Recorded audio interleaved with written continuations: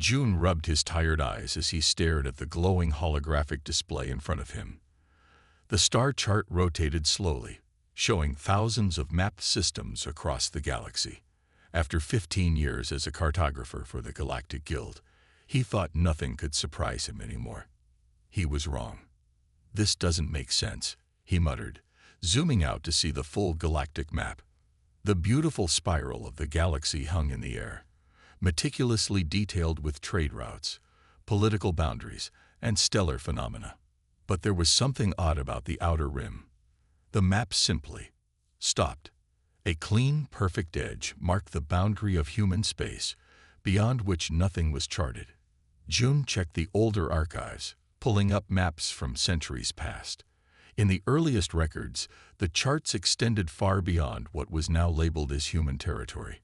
But in more recent versions, that section had been systematically erased, leaving behind that strange, perfect edge. Working late again, June. He turned to see Hana, his supervisor, standing in the doorway. Her expression seemed casual, but something in her eyes looked tense. "Just finishing the quarterly update," June said. "Hana, have you ever noticed this boundary issue with human space?" Her smile tightened. "What boundary issue?" "The maps. They all stop exactly at human territory. It's like someone decided the galaxy just ends there." June pointed to the glowing edge. "But that's impossible. Space continues." Hannah walked over, her steps measured. "That's just how the official maps are drawn." "But why? What's beyond their territory?" "The map ends there because it ends there," she said flatly. "This isn't new, June. It's been standard practice for centuries." "Whose standard practice? The guilds or the humans?" Hannah's voice dropped to a whisper. "Let it go, June. Some questions aren't meant to be asked." She left without another word, leaving June more confused than before. He pulled up the historical records again, searching for the exact moment when the maps had changed. It appeared to have happened gradually after humans joined the Confederacy of Allied Species nearly 300 years ago. June packed up his things and headed home, his mind still puzzling over the mystery. The evening streets of the capital were busy with beings from 100 different worlds. A group of 6-limbed Talon merchants haggled with a floating Mori shopkeeper.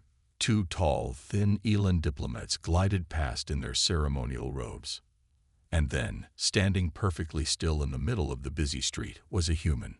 Humans were rare in this sector. Most stayed in their own territories, appearing only for official business. This one watched June with an intensity that made him uncomfortable.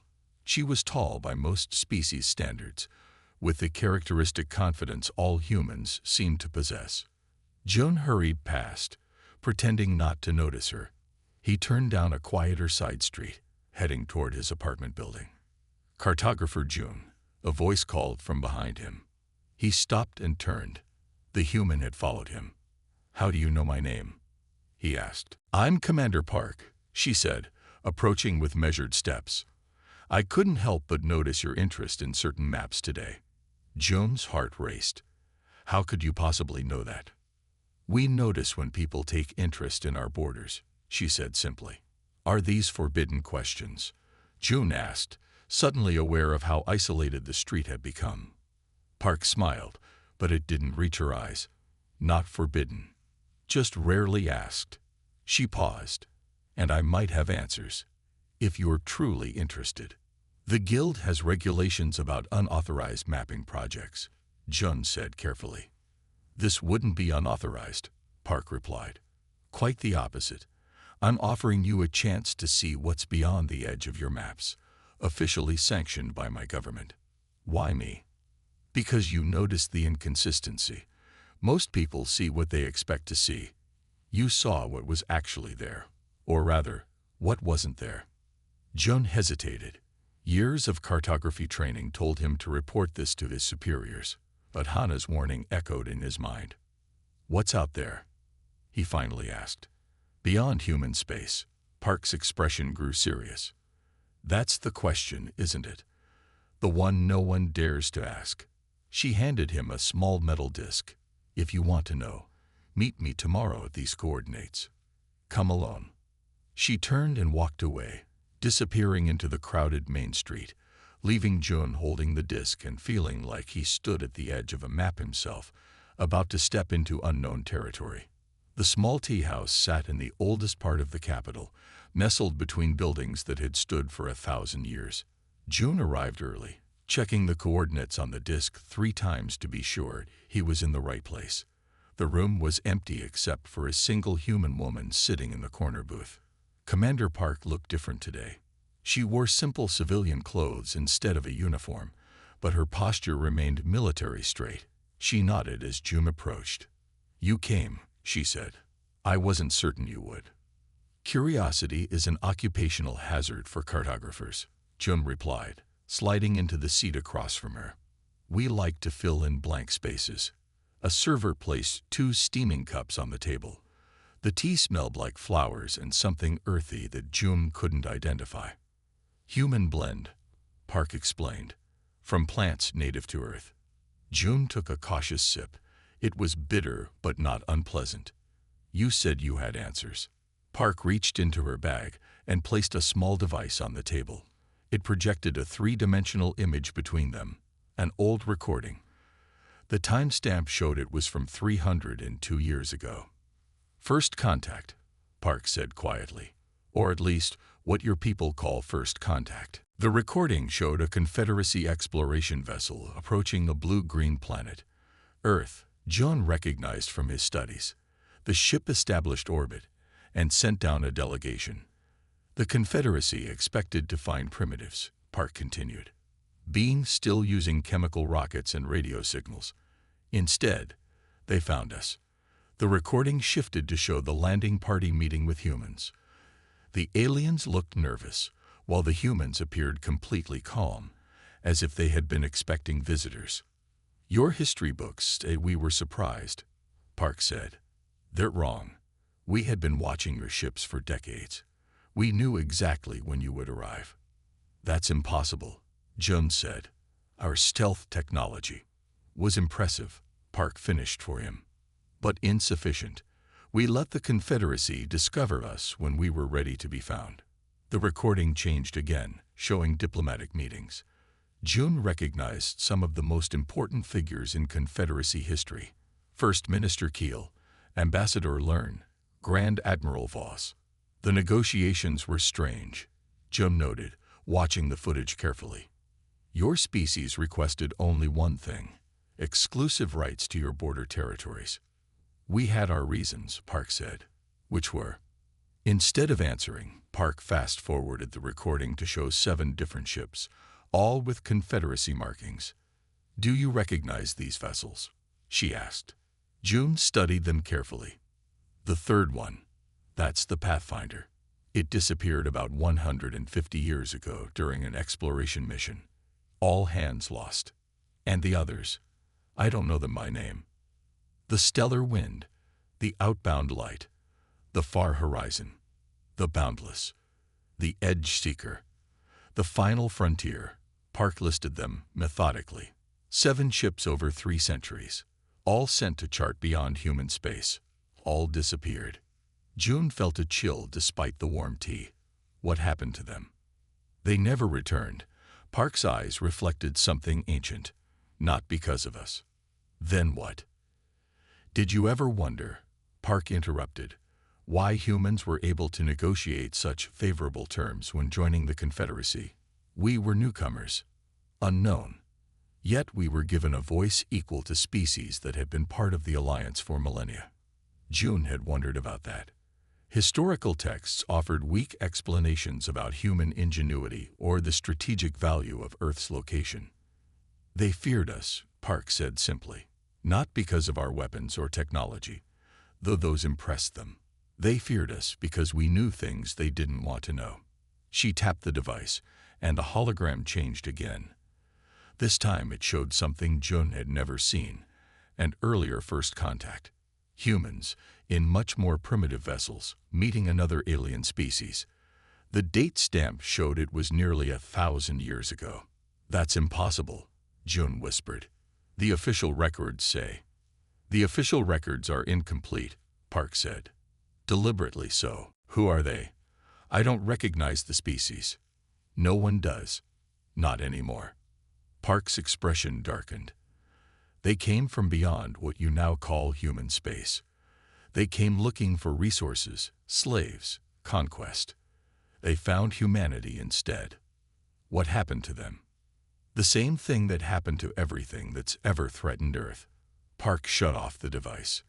They discovered why we evolved the way we did. Why humans are different from every other sentient species in the galaxy. She leaned forward. We're not mapmakers by nature, June. We're guardians. And tomorrow, if you're still interested, I can show you what we guard against. 2 weeks after their meeting in the tea house, June found himself aboard the Horizon, a sleek human vessel at the edge of charted space. He stood at the viewport, watching stars drift by as the ship prepared for what Commander Park had called the transition. The bridge was quiet, staffed by a mixed crew. Humans dominated the key positions, but representatives from 6 Confederacy species were present as observers. Most looked nervous. "This is highly irregular," said Minji, the xenobiologist representing the Confederacy Council. She had been protesting since they left port. "We're violating at least 12 treaty provisions by crossing into uncharted space without proper authorization." "Yet here you are," replied Ta, the human pilot. His hands moved over the controls with practiced ease. "And we have authorization. Just not the kind you're used to." Commander Park entered the bridge, her uniform now bearing symbols June didn't recognize. The other humans straightened immediately. "We're ready," she announced. "Crossing in 5 minutes. Everyone should secure themselves.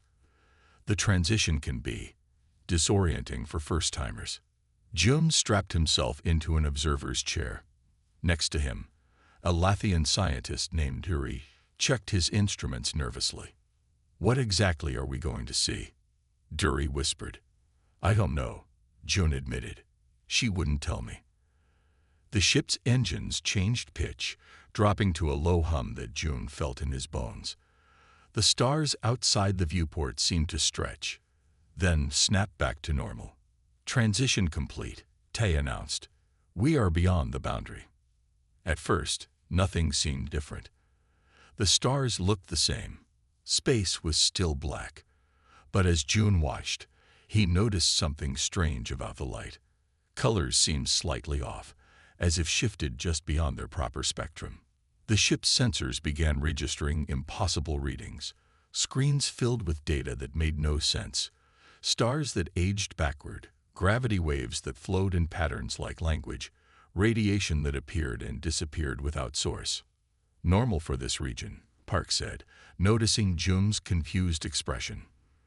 "The laws of physics are more like suggestions out here." The horizon moved deeper into the unmapped zone. After several hours, Tai called out, "Commander, we're approaching the first marker." "On screen," Park ordered. The main display activated, showing something floating in the darkness ahead. June leaned forward, trying to make sense of what he was seeing. It was massive, at least the size of a small moon, but it wasn't natural. The structure was clearly artificial, with geometric patterns that seemed to shift when he looked directly at them. Parts of it glowed with internal light, while others were darker than the space around them. "What is it?" Minji asked, her scientific skepticism momentarily forgotten. "We call it Waypoint 1, Park replied. "The first of 7. As they drew closer, June could see that the structure was ancient beyond comprehension. Parts had been repaired with newer materials that still looked centuries old. "Who built it?" he asked. "We don't know," Park admitted. "It was here when we arrived." When humans arrived, 300 years ago, Park exchanged looks with Ta. Much longer ago than that. The ship docked with the structure, locking onto an entry port that seemed designed for vessels much larger than the Horizon. Park selected a small team to disembark, including June, Minji, and Duri. Inside, the structure defied understanding. Corridors stretched in directions that shouldn't be possible. Rooms contained technology that hummed with power despite their apparent age. And everywhere, June noticed small modifications, Clearly human-made additions to the alien architecture. You've been maintaining this place, he realized. For thousands of years, Park confirmed. Long before we had spacecraft, the first Guardians came on foot. That's impossible, Minji objected. Humans evolved on Earth. Your species is barely 1,000,000 years old. Earth is where we evolved, Park agreed, but not by accident. She led them to a central chamber where a holographic display showed the galaxy from an impossible perspective, as if viewed from outside. We evolved there because something had to. She pointed to a section of the map where a thin line separated one part of space from another. There, Park said. The reason maps end at human space. The line pulsed. For a moment, it seemed to thin. Through the gap, Jun caught a glimpse of something. Not darkness, not light, but an absence more fundamental than either. His mind recoiled from it instinctively. What was that? He gasped. That, Park said quietly, is what waits on the other side. What has always waited, and why humans exist. A sudden alarm blared throughout the structure. Lights flashed red. The human crew members moved with sudden urgency. Breach in Sector 7, Tay reported, his calm voice belying the tension in his face. Class 3 incursion. Seal all transition points, Park ordered. Activate containment protocols. She turned to the observers. And now you'll see why the maps end where they do. Alarms echoed through the ancient structure as Park led June and the others through corridors that seemed to bend in impossible ways. The human crew moved with practiced efficiency, their earlier casualness replaced by focused determination. What's happening? Minji demanded, struggling to keep up. Something is coming through, Park replied, her voice steady despite their quick pace. A minor incursion, but dangerous enough. They reached a massive circular chamber filled with equipment.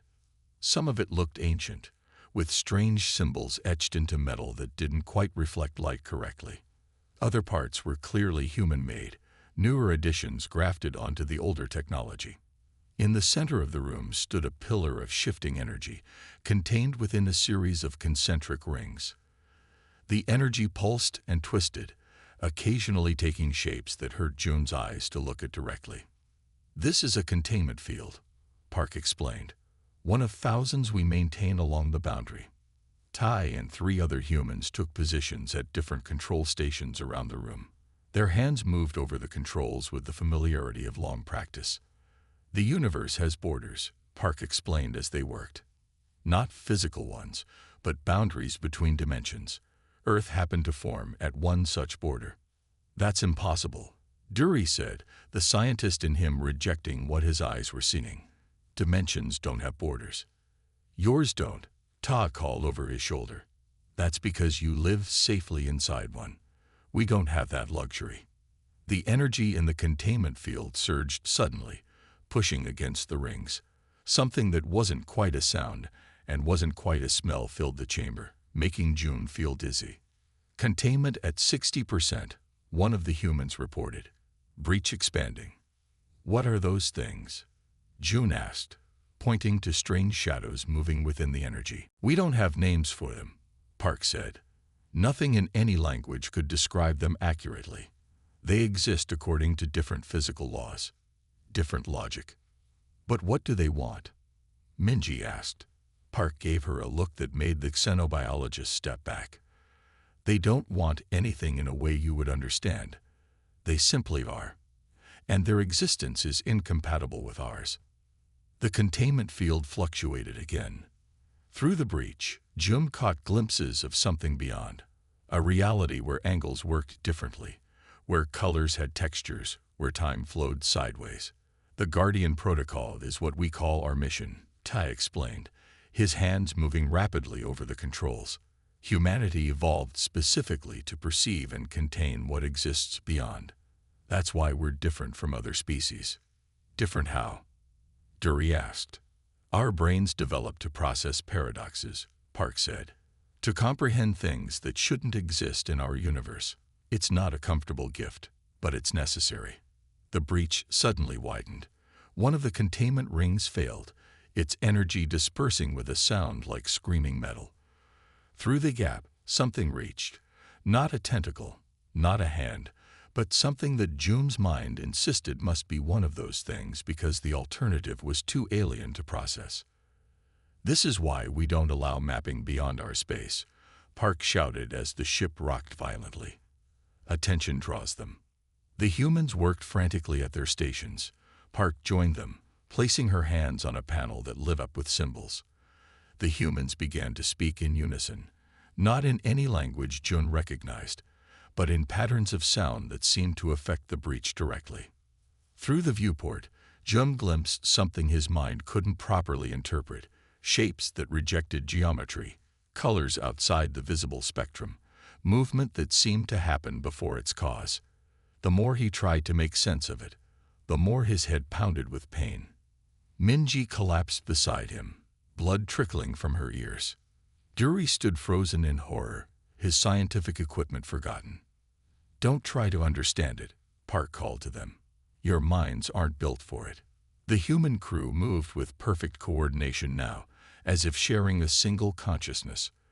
The breach began to shrink, the alien presence retreating. Containment restored, Tai announced after several tense minutes. "Breach sealed." Park helped Minji to her feet while the other humans checked the equipment.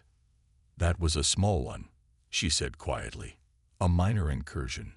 We deal with dozens like it every day across the boundary." "And larger ones?" June asked, still shaking. "They come too," Park said, her expression grim. "That's why we're here. Why we've always been here." She led them to a window overlooking a vast chamber below. Hundreds of humans worked at similar containment stations, monitoring breaches along what June now understood was a boundary between realities. "This is just one outpost," Park said. "We have thousands stretched across what you call human space. Now do you understand why the maps end here?" The Confederacy Council chamber fell silent as June finished speaking.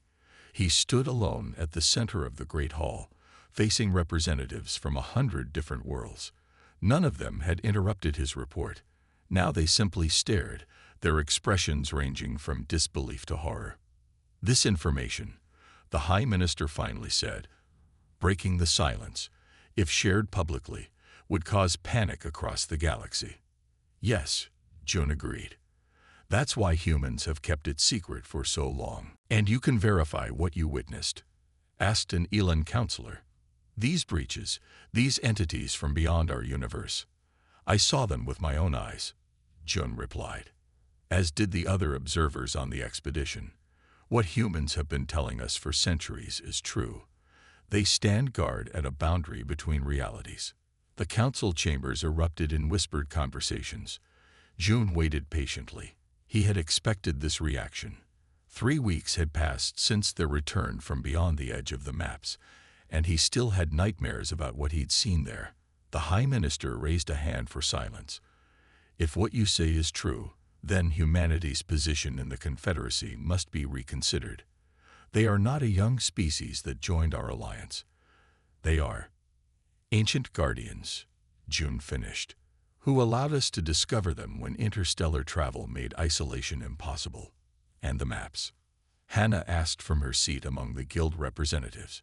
"Should we continue to end them at human space?" "Yes," June said firmly. "The boundary must remain unmarked.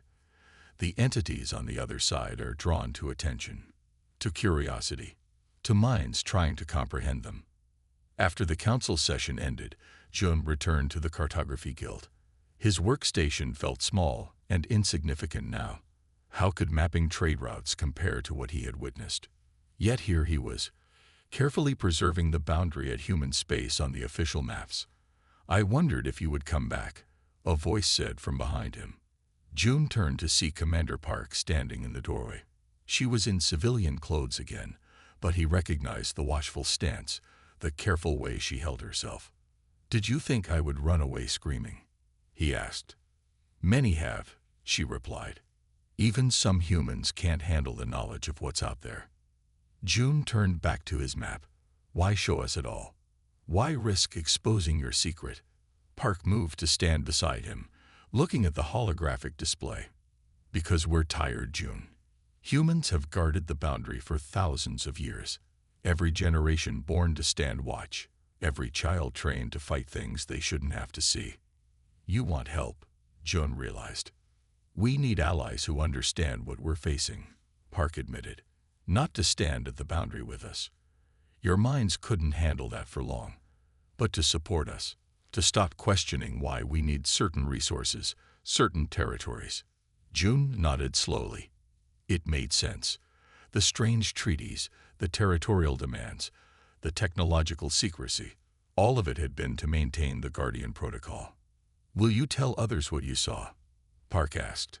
Beyond the official report, June thought about the breach, about the things that had reached through, about the hundreds of humans working tirelessly to keep them contained, about the pain in his head when he tried to comprehend what shouldn't exist in this reality. No, he replied. Some borders exist for a reason. Park nodded, satisfied. The Council has approved our request. We're establishing a liaison program. A few carefully selected individuals from each major species, trained to understand what we do. And you want me to help select them. We want you to be the first, Park said. Your mind handled the exposure better than most. With training, you could be valuable to the protocol. June was silent for a long moment. The offer meant leaving everything behind. His career, his home, perhaps even contact with his own kind. But he had seen what waited beyond the edge of the maps. He knew what would happen if the Guardians failed. I'll do it, he said finally. Later that night, as June completed the final section of his map, he added a small notation in the ancient human language at the edge of their territory. Here stand the Guardians, that others may sleep peacefully. He didn't know if anyone would notice it, if anyone would understand what it meant, but he knew it was true. Humans weren't conquerors or mysterious newcomers. They were sentinels at the edge of reality, bearing a burden so old it had shaped their very evolution. And now, June realized, they would no longer stand alone. June thought about the breach, about the things that had reached through, about the hundreds of humans working tirelessly to keep them contained, about the pain in his head when he tried to comprehend what shouldn't exist in this reality. No, he replied. Some borders exist for a reason. Park nodded, satisfied. The Council has approved our request. We're establishing a liaison program. A few carefully selected individuals from each major species, trained to understand what we do. And you want me to help select them. We want you to be the first, Park said. Your mind handled the exposure better than most. With training, you could be valuable to the protocol. June was silent for a long moment. The offer meant leaving everything behind. His career, his home, perhaps even contact with his own kind. But he had seen what waited beyond the edge of the maps. He knew what would happen if the Guardians failed. I'll do it, he said finally. Later that night, as June completed the final section of his map, he added a small notation in the ancient human language at the edge of their territory. Here stand the Guardians, that others may sleep peacefully. He didn't know if anyone would notice it, if anyone would understand what it meant. But he knew it was true. Humans weren't conquerors or mysterious newcomers. They were sentinels at the edge of reality, bearing a burden so old it had shaped their very evolution. And now, June realized, they would no longer stand alone.